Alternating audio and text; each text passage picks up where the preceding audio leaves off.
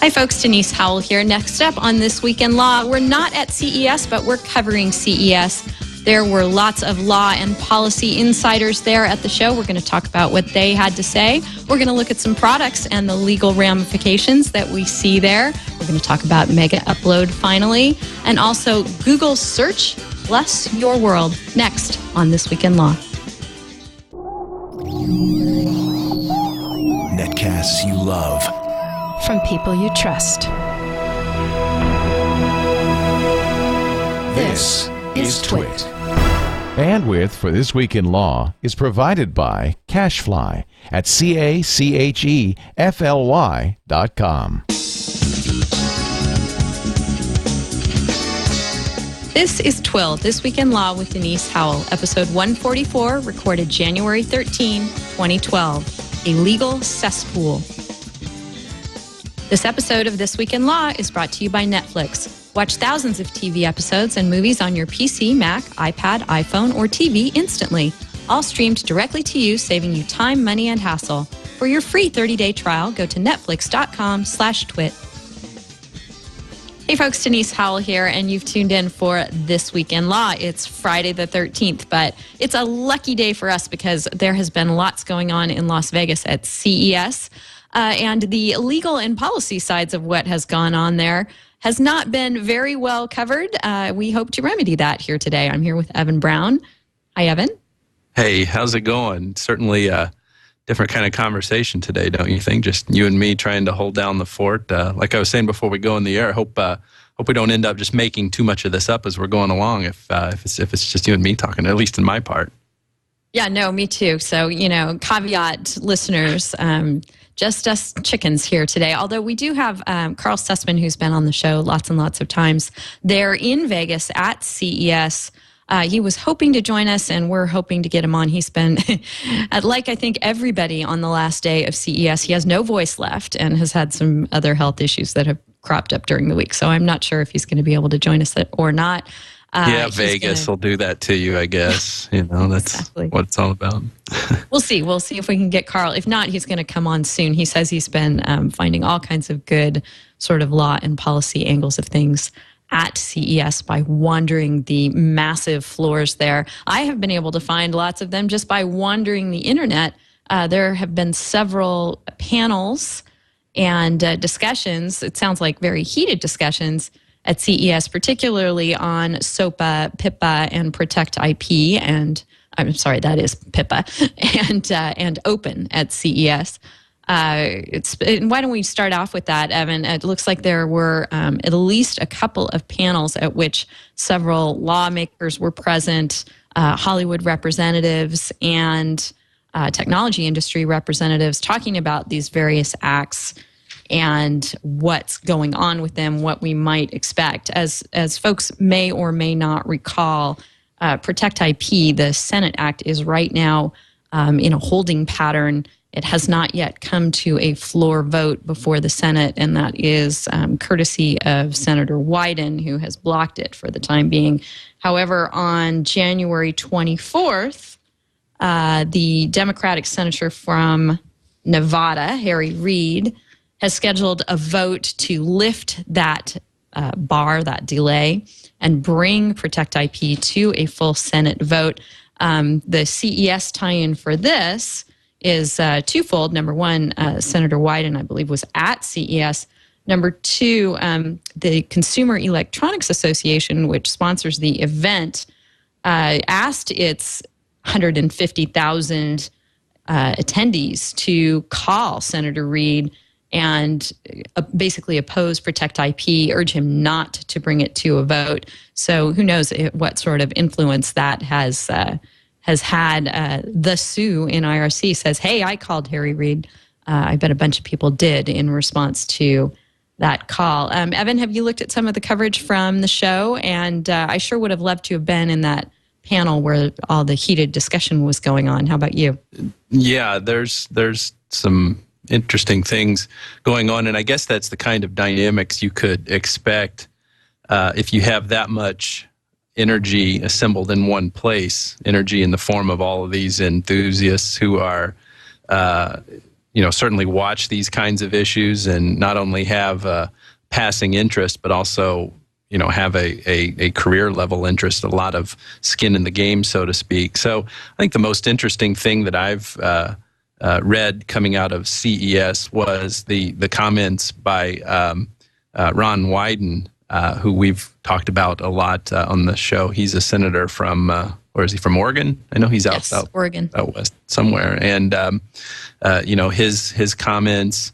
I saw a tweet come out yesterday that he actually got a standing ovation from those assembled there. When he was really coming out against SOPA and Protect IP, and he not only has the agenda that everyone else has to not see such bad legislation passed, but he's also got a competing bill, the Open Act that we've talked about on the show before. So I'm sure that he had some great comments to make on that, and the fact that he got a standing ovation at CES in and of itself is pretty remarkable, and it underscores what a polarizing issue this is, and the fact that there's that much assembled there at CES to raise so much energy about it really is quite remarkable. So I think Senator Wyden's comments, at least the dynamic going around that, are the most impressive thing that I've seen about CES when it comes to the talk about this wacky legislation that's coming down the pike. Right. In IRC right now, let's see, who was it? Just asked, I somehow missed what this open thing is. Please elaborate. Open is, let's see, the Online Protection and Enforcement of Digital Trade Act. Open is the acronym for that. And it is sponsored by Senator Wyden and also Darrell Issa from California, who also, it says a lot, I think, that both of them decided to show up at CES. There was a policy panel on Tuesday with a number of lawmakers there, but, I think it speaks volumes to, sort of where their level of internet savviness is, that they actually came to the event. Issa himself said there, he took kind of a dig at Lamar Smith and John Conyers, who were the SOPA proponents, and said that the House Judiciary Committee doesn't spend much time on internet issues. So he's not too surprised that their bill was flawed. Open now has 40 Senate co-sponsors, including at least one Republican who switched from backing SOPA. That's Jerry Moran of Kansas. There's also a very well-known Republican, Paul Ryan from Wisconsin, who's backing Open. So it does seem to have some legs, and it's in contrast to Protect IP and SOPA, which spend a lot of time worrying about how various domains are going to be regulated and or cut off. Open initiates or encourages people to initiate proceedings before the International Trade Commission. And Senator Issa made some good comments at CES about how he thinks that that's the more appropriate venue, that there's more appropriate force enforcement and more effective enforcement that can be done via the ITC than, for example, hauling someone into federal court in the United States. What do you think about that, Evan? Yeah, I think that makes a lot of sense. And when we talked about this a couple of episodes ago, which would have been, maybe a month or so ago before the holiday break, when Open was first coming into our consciousness, I see the enforcement through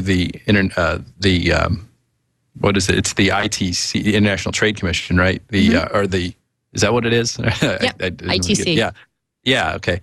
That being centralized in Washington, D.C., both a positive and a negative. I have, based on what Issa said, who was attributing it as being cheaper, faster, and more capable of enforcement. I mean, I guess that's right. At least maybe the cheaper and the faster part as compared to enforcement in the various district federal courts across the country. Those federal litigation and the processes of it are usually neither fast nor cheap, but certainly enforceable. So I'm not sure that I could agree that the ITC perhaps would have any better luck at enforcing this stuff. But I see that as both a good and bad. If to the extent that what ISA is saying and that the ITC enforcement is better and more efficient, then that's certainly a good thing, because we want to lower the transaction costs of enforcing justice whenever we can. But it's also a bad thing in as much as the power is concentrated there in Washington, D.C.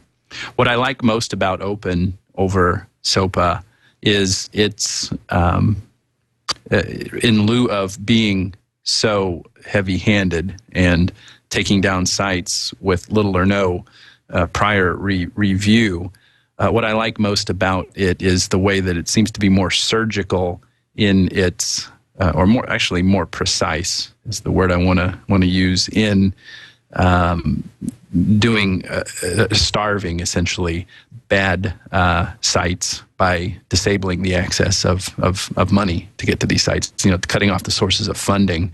I chose to pull back a little bit from the metaphor of surgical, because there is a certain comparison in my mind in the various, comparing it, for example, to the way that oncologists can treat a tumor in the body. One is going in and cutting it out, and the other is, either administering drugs or doing less invasive surgery to cut off the blood supply so that it doesn't continue to grow. That seems to be what's going on in Open. That kind of model, much easier, much targeted, and less collateral damage along the way if the finances are being disrupted rather than the actual infrastructure itself being disrupted. So in my mind, that seems to be the thing that makes Open most preferable over SOPA and Protect IP.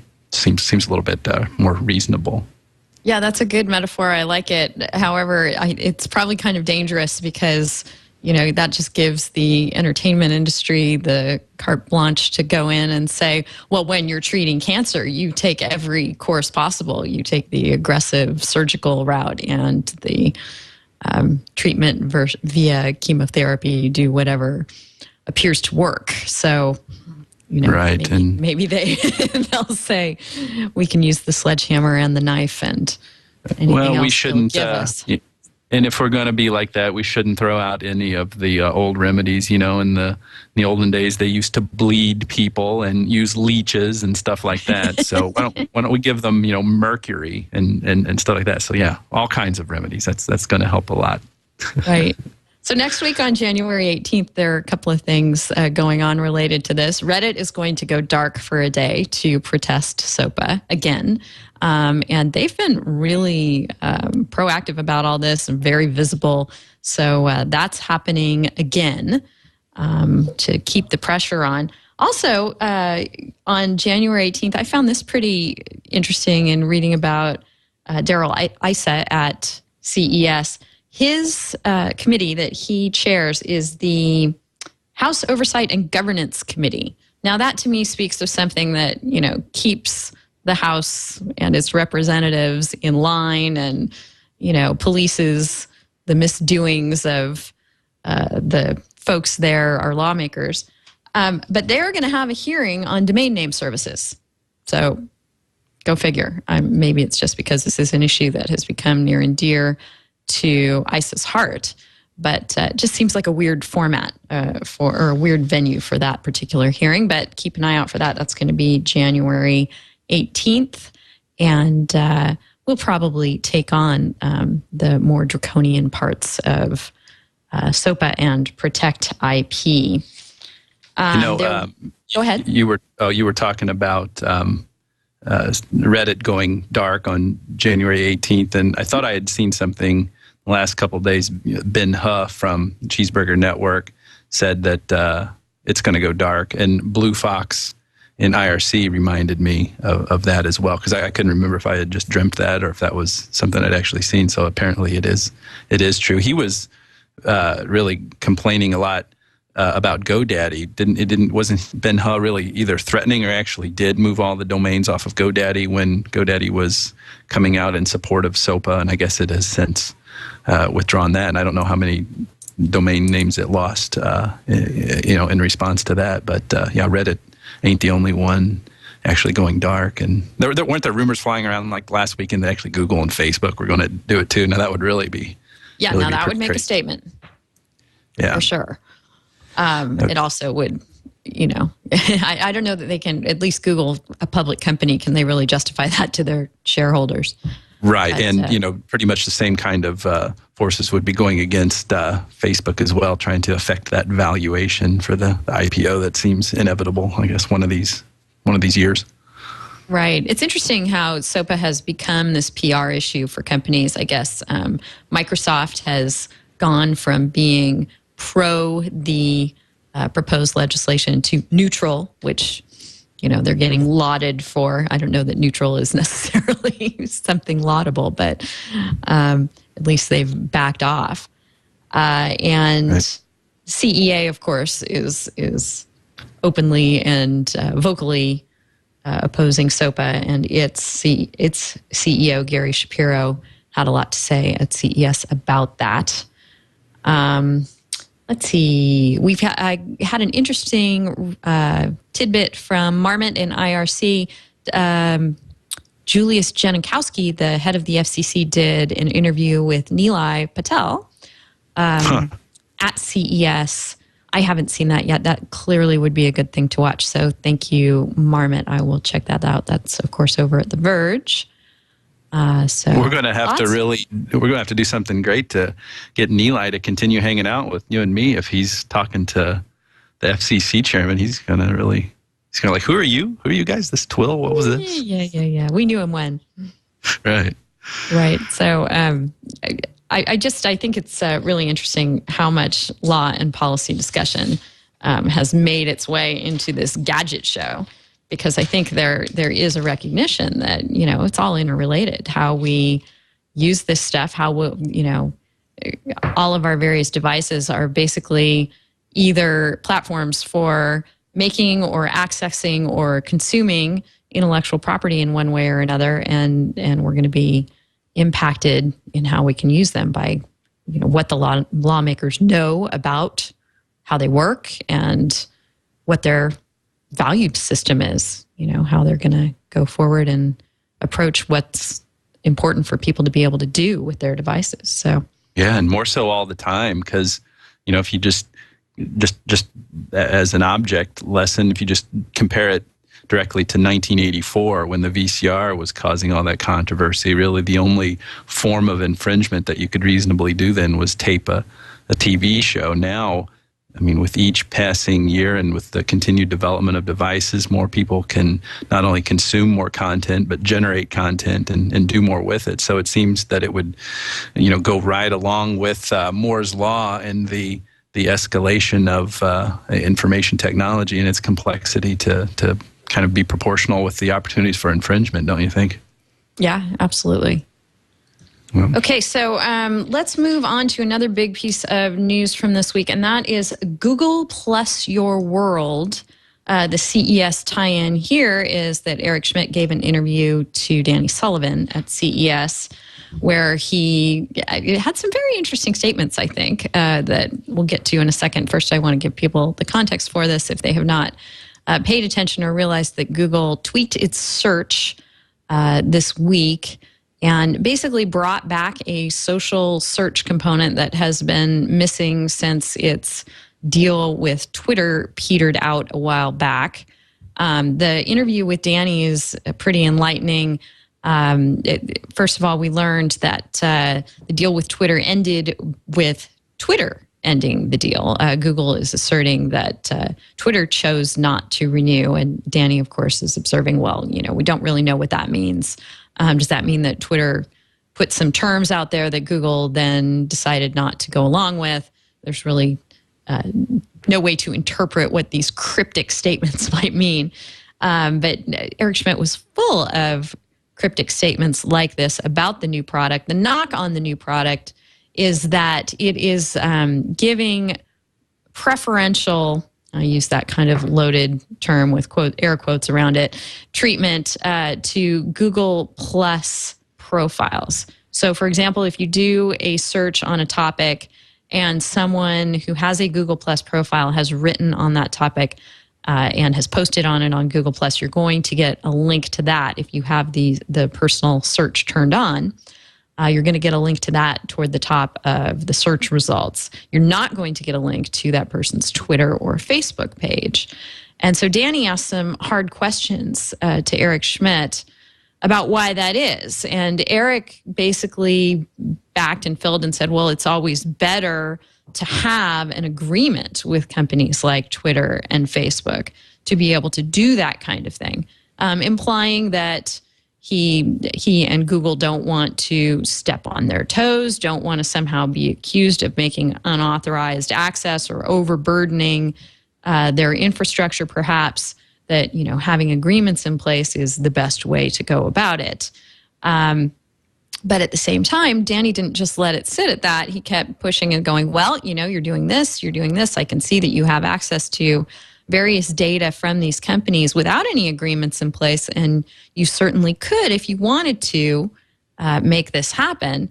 But Eric wasn't going there and kept coming back to, no, you know, we're open to talking to them, but we're not going to do it without an agreement. So, Evan, does that strike you as something that is solely protective, perhaps, for Google? Or do you think that he's being a little cagey here, that maybe he's holding out for some kind of tit for tat from Google and Twitter, or I'm sorry, from Facebook and Twitter to be able to be included or given premier status along with the Google Plus results?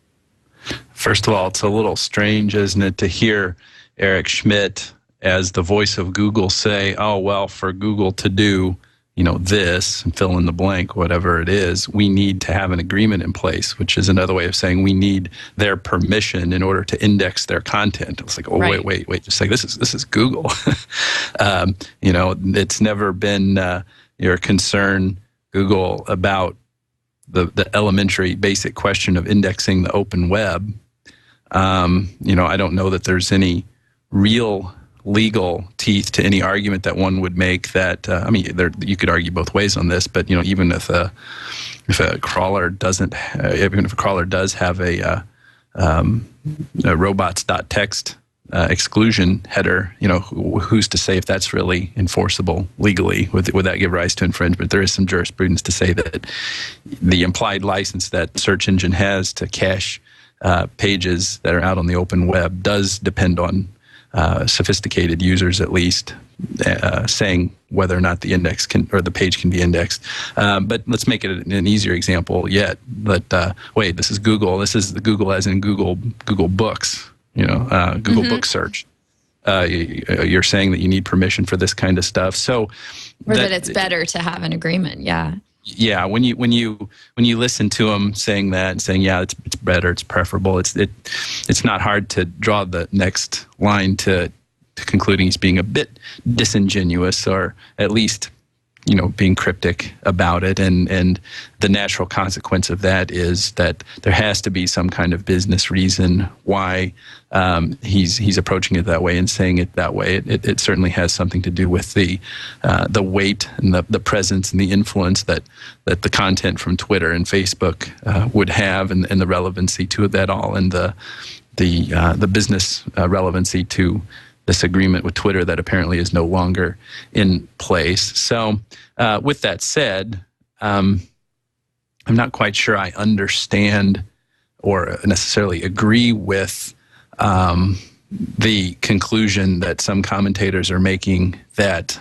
Google Plus is getting preferential treatment. And I guess this just gets into some hair splitting or just some needless semantic analysis on all this. But of course, it's going to be getting preferential treatment on a certain respect if it's being included in search results, whereas Twitter and Facebook content is not. I mean, is that, when I think of Google giving preferential treatment to web content to show up higher in search results, I think of that being more like going in there and actually affirmatively tweaking the algorithm so that some content shows up higher. That's a subtly different analysis than examining the scope of the content that's out there that's actually subject to being indexed and being returned as search results. So I guess I am careful about how far I would want to go in criticizing Google for being too preferential. Of course, it's being a little bit preferential because it's its own content, but I don't know if that's the same thing as the negativity that the criticism evokes when you first hear it.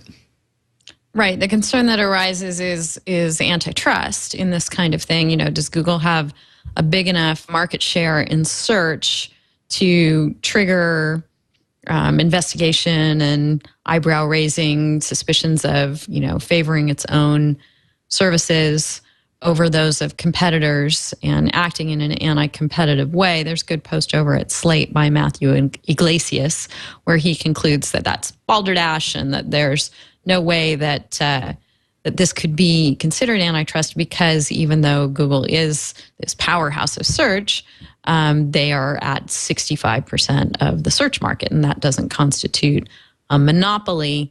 I hear that with a grain of salt when I think back to the IE antitrust, notorious experience that Microsoft had. Clearly it was the operating system dominant player, but not the browser dominant player at the time. And the trouble they got into was tying by insisting that their browser be bundled with every copy of Windows and it be the default browser, et cetera, et cetera. And they had a world of hurt over that. So, this strikes me more as a situation of, even if you're only at 65% market share, you should still be pretty conscious of that history with the antitrust regulators in the U.S. and be very cautious and careful about deciding to promote your social networks products and content over those of others that are out there. So I think it's a pretty bold and possibly not smart move on Google's part. Do you agree with Matthew, or do you think that they should be paying more attention to the antitrust ramifications, Evan? Well, let me look at this article he wrote again because I want to run a search on it and see if he used the word balderdash. Because if so, I would be really impressed. And so, of course, I would agree with everything he says because if you're going to call it balderdash right there, it's right. It's made this. Do you know why that word is at the tip of my tongue this morning? We've been listening to the audio versions of Harry Potter, and it was one of the passwords used to pass into Gryffindor's dormitory. Well, there you go. There you go. Yeah. What an evolution. Because I remember when you used to talk about reading Thomas the Tank Engine or, watching Thomas the Tank Engine shows to your kids. So now it's moving right along. So that's right. Okay. Google and antitrust. Antitrust is such a weird thing, isn't it? Because, how much of these issues actually do get litigated? If we look at the history of antitrust law, and, going all the way back to the 1920s and stuff with Standard Oil breaking that up. And, then with the telecom industry and then with Microsoft, those are maybe three big examples. And I'm sure folks in IRC can throw out some other big antitrust examples. But, there are very few of these matters actually litigated relative to the number of times that the Department of Justice is going to rattle its saber saying that there are antitrust concerns here, and even that proportion is even greater when you compare the number of times these antitrust issues are litigated to the number of times that there is just commentary on it. You and me talking about antitrust issues, Matthew Iglesias writing about it here. So it's one of those things that it's just these issues are ginormous. And I realize that's not a word. These cases are just enormous. Around the law office, it's a often heard expression, like, this is a relatively simple matter. This is not an antitrust case, is to use that as a point of comparison of how, hopelessly complicated and document intensive and years and millions of pages of documents are relevant to an antitrust case. So because of that, it's really easy to speculate about all that. It gets very general, very ethereal, and also to that extent, any kind of analysis on that gets is pretty easily attacked as well. Just you can pick out something that Matthew Iglesias says here when he's calling Google a monopoly balderdash. He's not using that word, but he's saying it's big, but it's by no means a monopoly. And something that, and the point that he uses to support that, says there are basically zero barriers to switching from Google search to Bing. Okay, yeah, that's fine. That may be true, but I wonder how much that's really the relevant analysis here, because even if something, when you're talking about a service like this, and not actual physical commodities like Standard Oil and the distribution of petroleum, there would have been a large barrier of entry if every gas station, every corner of America only sold petroleum that was with Standard Oil, that was provided by Standard Oil. That's a real antitrust concern. But when you're dealing with intangible goods, services, which are intangible, like web search, sure, there may be most people out there using Google, and it's not difficult to open up a new browser window and go to bing.com instead. The difficulty there in choosing something else doesn't seem, or the lack of difficulty in choosing something else seems to weigh against the same kind of antitrust concerns that would have been present when a company has a large influence in terms of the physical goods that it's out there making a commodity and being the only one selling it. So the real analysis would seem to be truly what it really is, what the market share is. 65% is a large share of the market when there are so many folks out there on the web who have tried to be in this space. And 65% of, 1.3 billion internet users now is a pretty heavy weight to be contended with. And so trying to figure out what my real point in all this is here. I guess I would think that Google, I think I'm agreeing with you, right? Google should be concerned about some antitrust issues. Yeah. Sorry for doing that analysis in real time, but yeah, I think it's probably not smart to discount the antitrust danger that's posed here. Right, and I also hope they're not discounting the privacy ramifications. Epic has definitely had some concerns about that, which we'll get to in a moment. First, I want to thank our sponsor for this episode of This Week in Law, which is Netflix. Did you know, Evan, that you can watch thousands of TV episodes and movies on your PC, Mac, iPad, iPhone, and TV instantly with Netflix? I bet you did. Why, yes. Yes, all streamed directly to you, saving you time, money, and hassle. You can have Netflix coming into your home on your devices in all kinds of ways. You can watch movies and TV shows right there on your computer or whatever handheld device that you're bringing with you, your phone, your iPad. The iPad app is really wonderful and seamless. Android phones and your iPhone are all set up for this. You have a gaming console, your Xbox 360, PS3, Nintendo Wii. Bring it right into your living room, as well as things like the Roku box can do that. Lots of DVD players can do that too. Blu-ray players give you Netflix access. And once you've got it coming into your home or on your device, you can watch so many instantly available shows now. You can begin watching on one device and then finish on a different one. Colin in the studio was telling me about something great that I have not yet watched on Netflix that is available via instant streaming. The Increasingly Poor Decisions of Todd Margaret. a sardonic sitcom focusing on Todd Margaret, a clueless American manager sent to London to promote the sales of an energy drink called Thunder Muscle. I'm always looking for good things to watch on Netflix, and so it's great to have one pop up. Thank you, Colin, for that recommendation. You can watch it in any one of these ways. And however you decide to watch, you can watch as many movies and TV shows as you want, anytime that you want, and you can cancel anytime. So if you're not already a member, do yourself a favor, go to netflix.com/twit, tell your friends to do that, because what it gets you is 30 days, absolutely free access to the service. Be sure and use that URL when you sign up, netflix.com/twit. Thank you so much, Netflix, for your support of This Week in Law and the Twit Network. And we hope you enjoy watching with Netflix.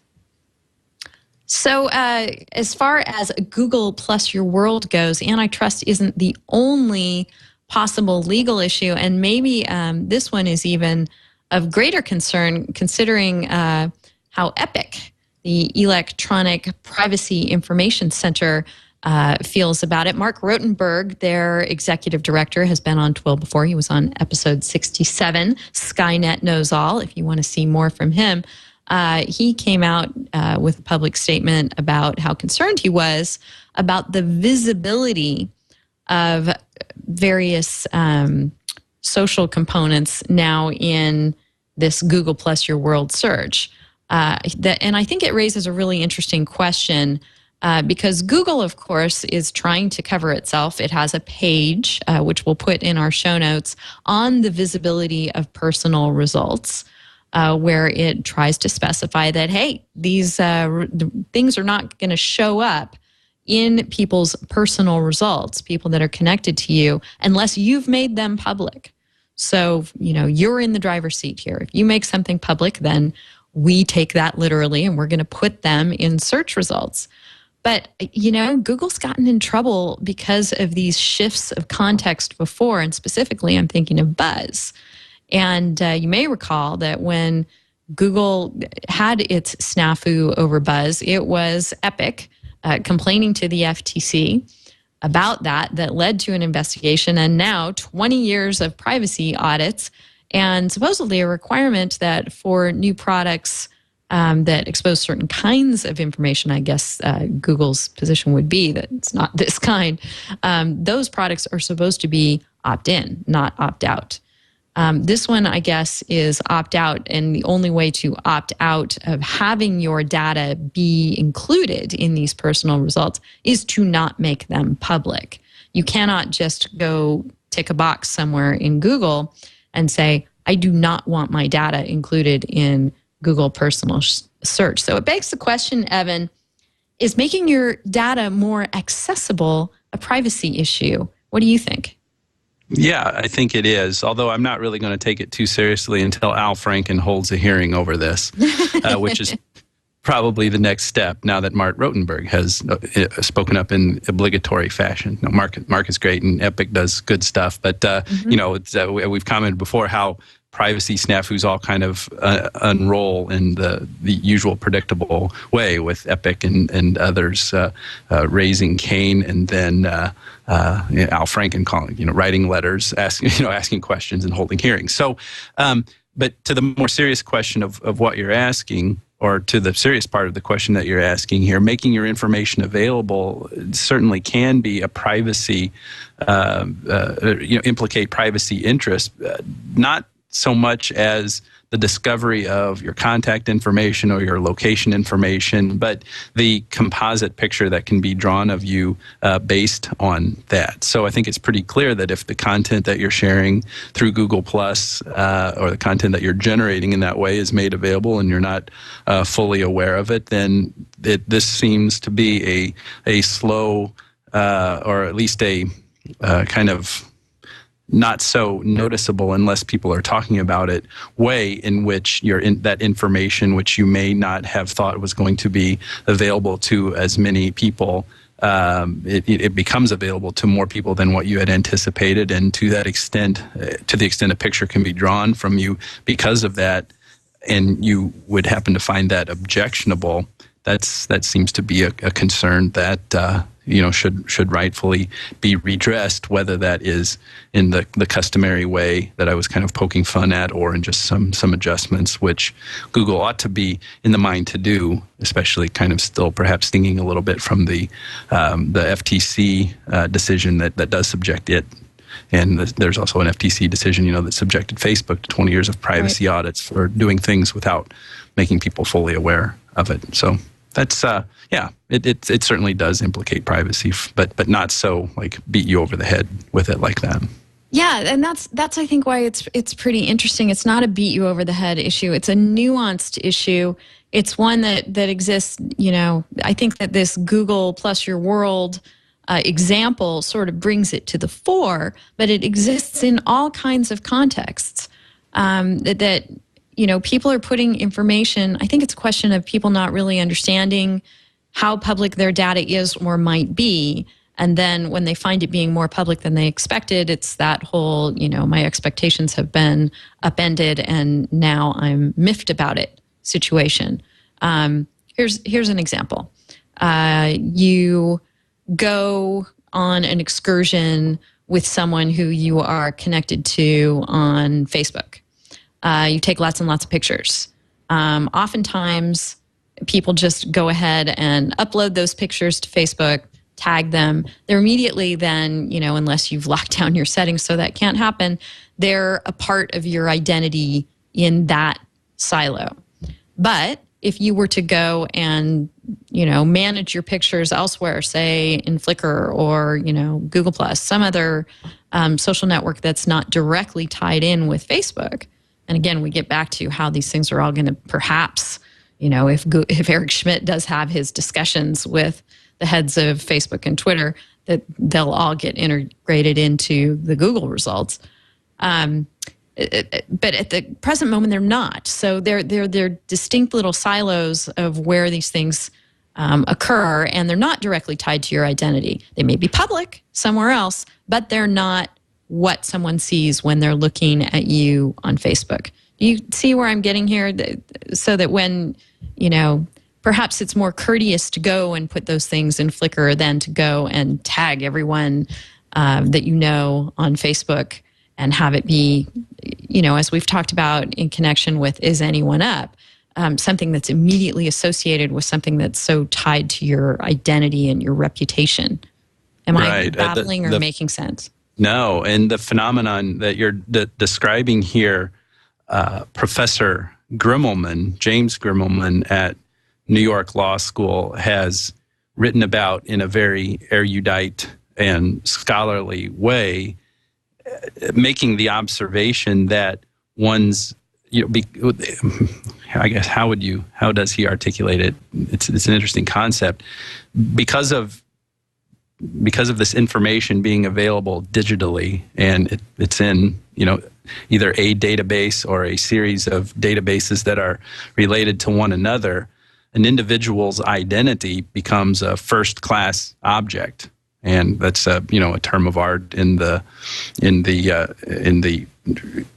for those who know all about databases and stuff like that. I'm really speaking out of my league here, but it makes sense in all of that. And the concept that we can all understand, even without the technological acumen, is the ease by which our identity, which is tied to which is a referent to us existing in flesh and blood reality, how easily that's indexed, how easily it's found, how easily it's related to a number of things that can be spread across the web.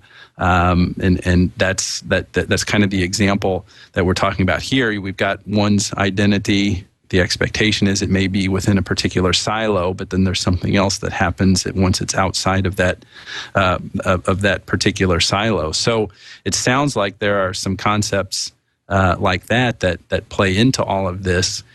At the fundamental level, it's something that's related to the fact that the information is digital, it's easily retrievable, and it's unambiguous in the way that it can tie to a particular identity. And there is a certain power to that is both good and has the potential for evil if it's used in a way that is intended to cause harm or inadvertently causes harm, making associations between people that they don't want or would rather not have because they're false or otherwise disparaging. So, are we talking on the same wavelength? It kind of sounds I think like so. Yeah, interesting I'm going to go ahead and put a link to Google's page on its support page on the visibility of your data in our discussion points for the show, and those will be available at delicious.com/thisweekinlaw/144 if you want to see what Google has to say about the visibility of personal results.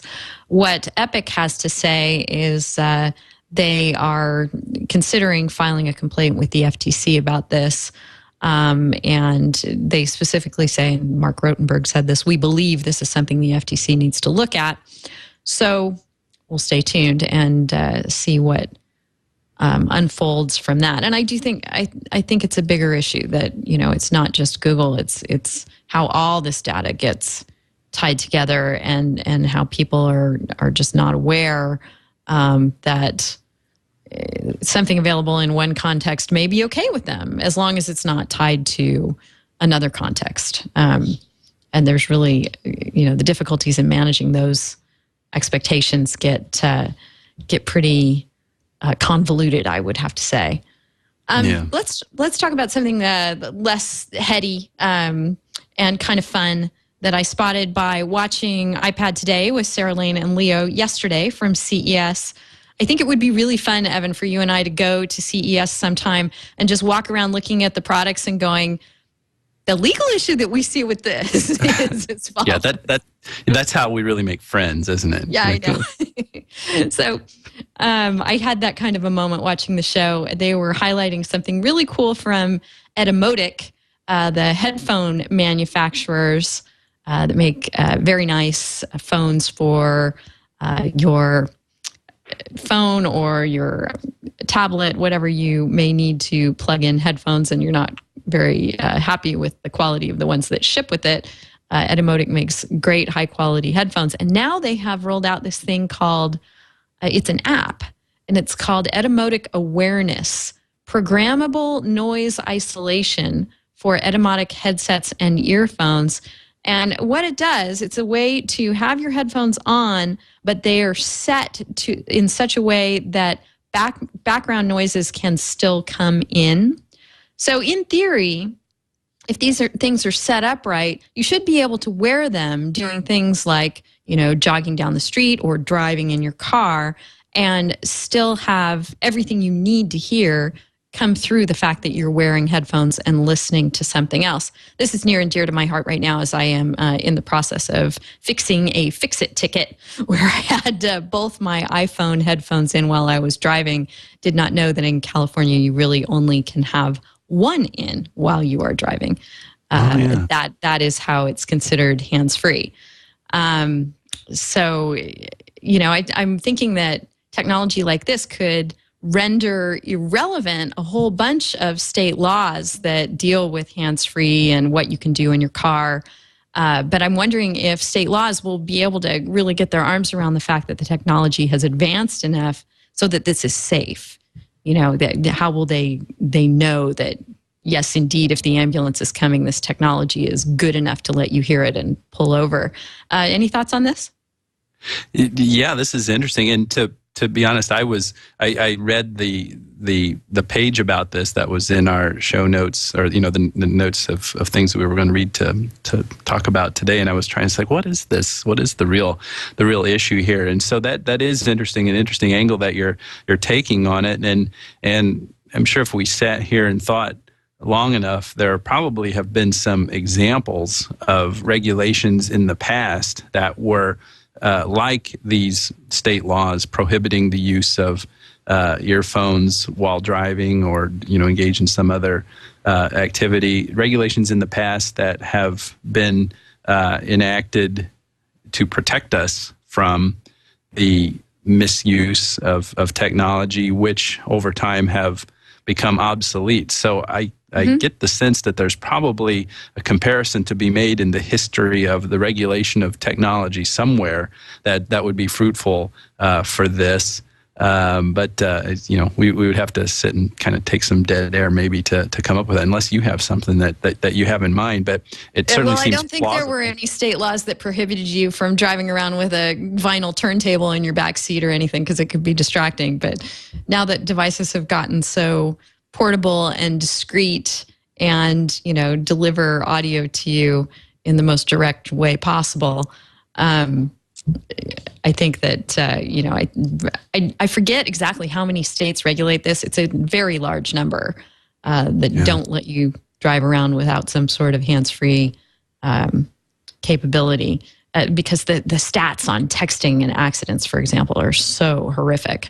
And, again, as the technology advances, as more and more cars allow you to do that kind of activity, it could still be distracting. But, I think that, yes, lawmakers are going to have to be vigilant about revisiting this stuff. Otherwise, it's just, you're going to wind up in the situation before a judge in a traffic court saying, Judge, I want you to put on these earphones and see how they work so you can understand that it was safe.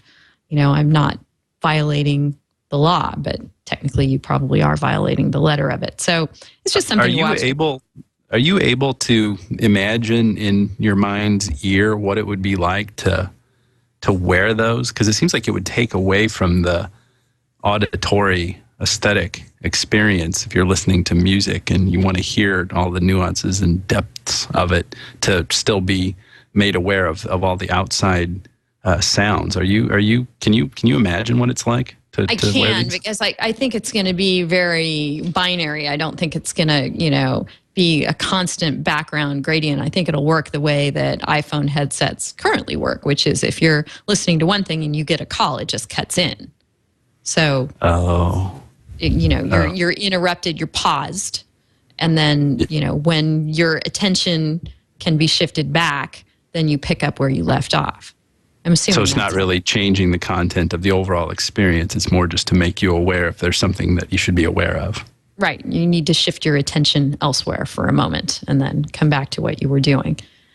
I think that one's kind of fun. I think it would be great to walk around the show and spot things like that. Some of the security stuff too. God, there's all kinds of things about cameras in the home and monitoring and digital locks, and I'm sure Steve Gibson could have fun with all of this as well. Right.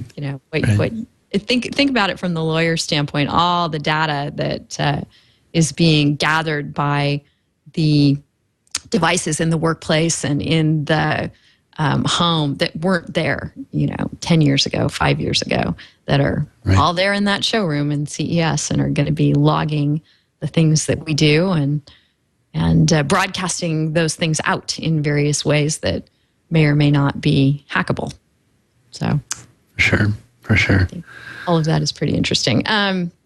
Also interesting, I thought, not having to do with CES, but in a tangential way, yes, because I bet you, as the folks are walking around CES this year, what they are not saying or seeing is any new technologies related to CDs and DVDs. Those things seem to be very much on the way out. And there's a funny article in The Economist about how they are so out of favor that they're statistically dropping in the ranks of things that get stolen when homes get robbed. They're now targeted no more frequently, says this article coming out of London's Metropolitan Police, no more frequently stolen than are toiletries or cigarettes. So it used to be that, someone would break into the house, they'd be looking around for things of value, portable, they could walk out with, resell for some value, and that CDs and DVDs would fall into that category once upon a time, but no more.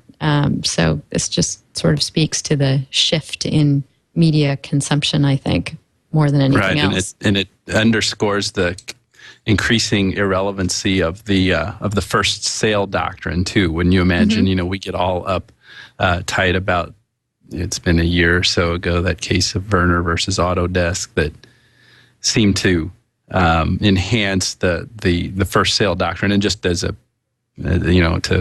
to comment on what that is, the first sale doctrine is the thing in copyright where if you buy the tangible thing, like a book, or it's a little more controversial with a CD or DVD of software, but if you buy the tangible thing, you can dispense with that copy as you please. I mean, you can't make a copy of it or modify it or something like that. But like if you buy a painting at an auction, you can go, moral rights aside, burn the painting or whatever. So with digital media being not necessarily desired on tangible things anymore, that legal doctrine seems to be increasingly less relevant, even though the courts in the Ninth Circuit seem to bolster it quite a bit in that case from last year. So that's what I thought of when the importance of CDs and DVDs are down there with toiletries and cigarettes. You could see where the criminal breaking into a home would be probably more interested in certainly cigarettes, and depending on their hygienic sensibilities, maybe toiletries. Who knows?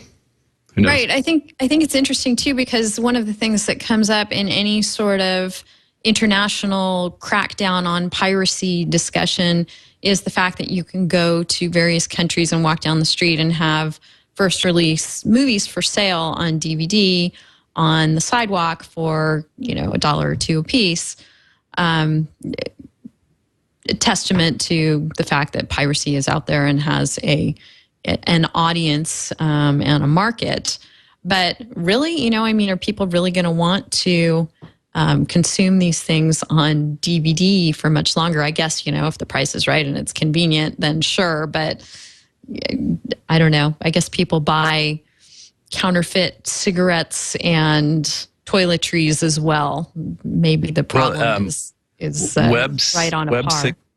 Web 6601 in IRC is pointing to some data online that says that a pack of cigarettes costs $11.90 in New York. Is that true? Wow. So maybe that's what it is, more than... I don't know what they cost in the UK. Well, maybe, if we tax CDs and DVDs the way that cigarettes are taxed, then maybe that solves a number of problems. Let's see. Dark is talking about Steam, which is the online video game marketplace, and says that Skyrim's lock into Steam is bothering Dark. Okay. Good to know. Thanks, Dark. I don't know that what that is, other than a more effective distribution method with the DRM built in, and it may be bothersome, but it avoids the DVD CD problem. Evan, we haven't talked about Megaupload yet. It sort of happened over the holidays while we were off being festive, but it certainly was a big deal when it happened. Now there is a federal lawsuit in Northern California between Universal and Megaupload. For those who also were otherwise engaged during the holidays, Megaupload released a song on YouTube, a video of famous musicians and celebrities as sort of an advertisement promotion for the service. It's one of these, online store big files in the cloud kind of sites, but Universal Music is arguing that what gets stored there and shared around is copyrighted material, and that the site should, I don't know that it's not trying to shut down the whole site, I don't believe. Or I'm sure they would love to. Yeah, but I think what this particular case is about, I believe Megaupload sued Universal over the wrongful taking down of this video. So it's not about, maybe they'll cross complain and try and get the whole, all of Megaupload shut down in response as a tactic or an excuse. Just so you want to rumble? Let's put it all on the table. but it's quite interesting, I think, from both the standpoint that the video was immediately taken down and the way it was taken down. Universal Music and others have various piracy filters available to them via YouTube, which YouTube is claiming Universal abused here by taking down this particular video. And also that, it immediately went back up and now Universal finds itself on the defensive. Were you following this and do you have any thoughts? Yeah, that's the big that's the big issue here, is the way that Universal was being overreaching in getting this content taken down, claiming that it was pursuant to an agreement with YouTube rather than just under the rights that it has under Section 512 of the DMCA. And so these sensibilities are in the air already, and this fear is already present and palpable, that fear being big content is going to be overreaching and it will trample on smaller players' rights in order to get content taken down. And so a situation like this makes it pretty easy to point to Universal and say, look, you're overreaching here. You're not even claiming that this was a DMCA takedown, but it was rights that you had outside of that with YouTube. Gosh, aren't you a really big bully, 800-pound gorilla, or whatever the appropriate derogatory term is for them in that. And so it seems like they're headed for a good financial slap on the wrist here from the court. That's my guess. Yeah. All the way from across the Irish Sea. I don't know if this is working. It's not working? Can you hear us? Just, hello. I thought we were going to get to hear a little bit of will.i.am. We had Tom Merritt, in there. Yeah. Here's what YouTube has to say. Our partners do not have the right to take down videos from YouTube unless they own the rights to them or they are live performances controlled through exclusive agreements with their artists, which is why we reinstated the Megaupload song. So there is YouTube's take on it. Yes, we have it queued. If you want to roll the song, why don't we go ahead and do that, Colin, and then we'll get to our tip and resource of the week. Oh, no, now he doesn't. He has the TNT clip. Let's roll that.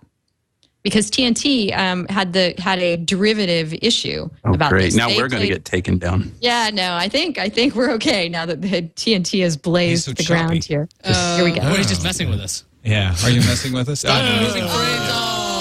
He really didn't know if it was working. Well, we'll try to. There you go. Thanks, Terpster. And that's it for sure. Thanks for coming. Say hello to him at the top of the show. Very controversial. We'll try to get him back. He's having bandwidth problems. Maybe he was trying to sing the Megaupload song. We don't know. Following. Oh, there, he said it. There you go. Now he's back. Yay! From the Incredible Podcast. Go internet. That's the great thing about the internet, is it sometimes works, which I think is Wheel Crunch blog. Is there, wheel news today? No. Yeah. No. Absolutely. No, there's sometimes real news. Sharing site that allows you to upload large files and then send the links to your friends. They put out a web video that was promoting their service and had lots of famous people, Kanye West, will.i.am, Kim Kardashian, those sorts of people in it. Universal Music Group sent a takedown notice, had it removed from YouTube. Megaupload says there's no reason you should have that removed. We have releases for all these artists. We own all of the material in that video. So Megaupload is now suing Universal Music. That's where we left it yesterday.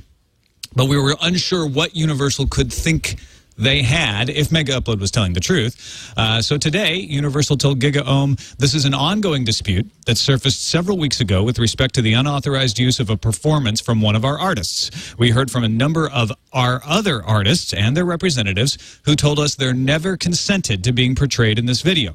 As a result, at least one of them has already sent a takedown notice for this unauthorized use. And then we saw in the Hollywood Reporter right before the show, that will.i.am apparently has filed his own takedown notice against Megaupload separately from Universal Music Group. At least that's what the Hollywood Reporter It's like all of says. one line in there. Just one of those artists, will.i.am, also sent YouTube a takedown request. And there's not a whole lot other than people just reposting that same one line over and over again. And that the Universal Music Group is filing their takedown notice on behalf of Jen Wigmore. Yes. And it's Ken Hertz, the attorney for will.i.am, who filed the takedown request against Megaupload. In addition, now this actually makes it fairly understand. It's a he said, she said situation, right? Yeah.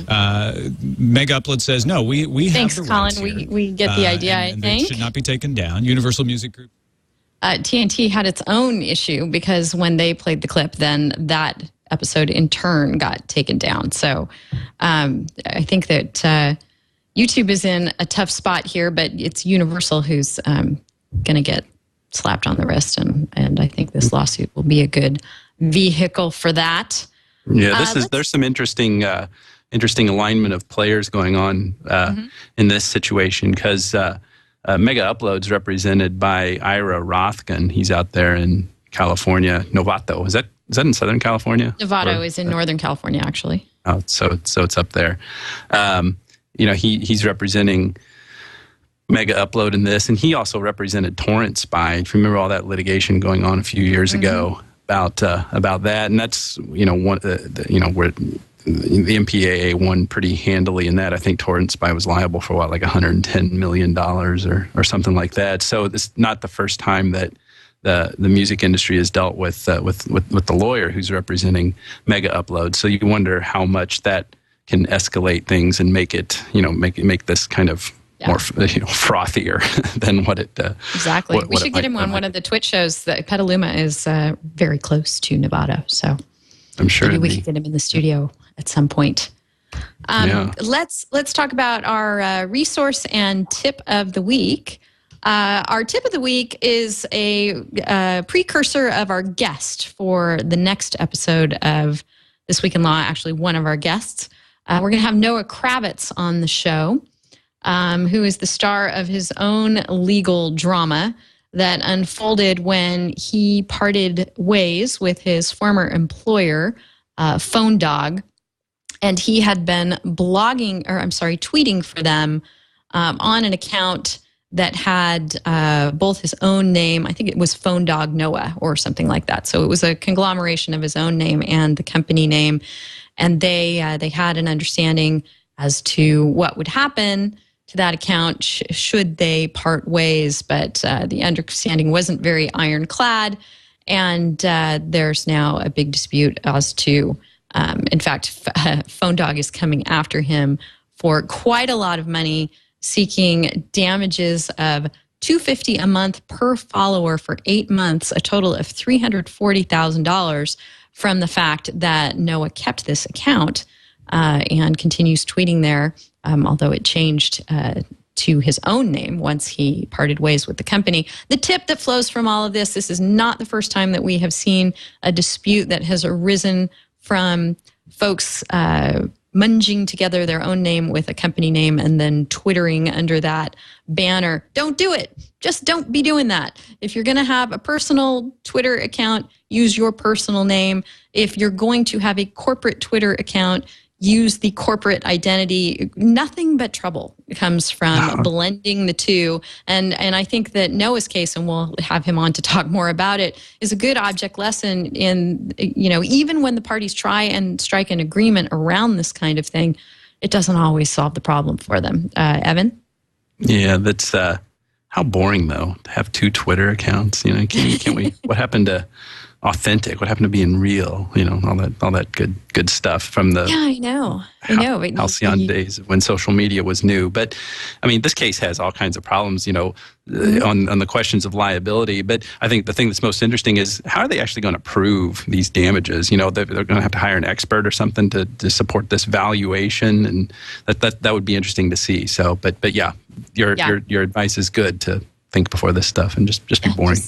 Don't be doing that. And we're going to have Noah on next week. We're going to have Edson McClellan, who's a labor and employment attorney, to talk lots about social media issues and employees and situations like this. So we're looking forward to that one next week. Is he going to say to be boring too?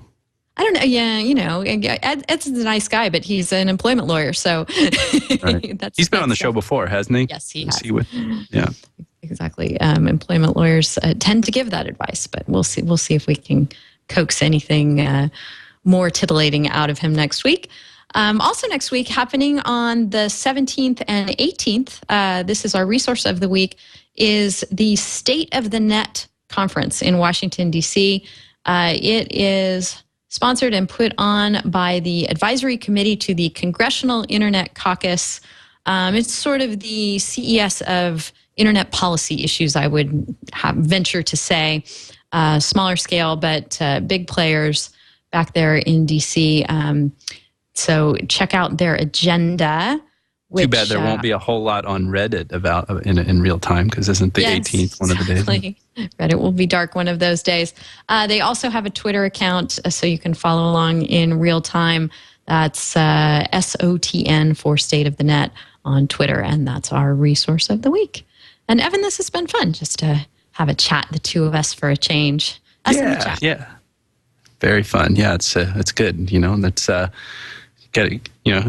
usually I can realize when I can kick back for a little bit, like, oh, she's not going to be back to talk to me for 5 minutes, but now got to stay focused. It's a new thing, but yeah, really fun. I've enjoyed the time in the last hour or so, and we'll have to do it again sometime.